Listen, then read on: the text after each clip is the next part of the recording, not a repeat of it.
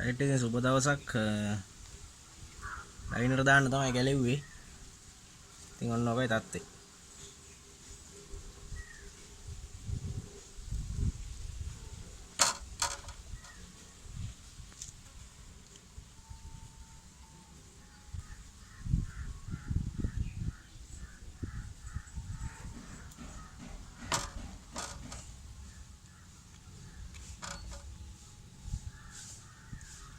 Right එක නම් මේව බලලා හදාගන්න.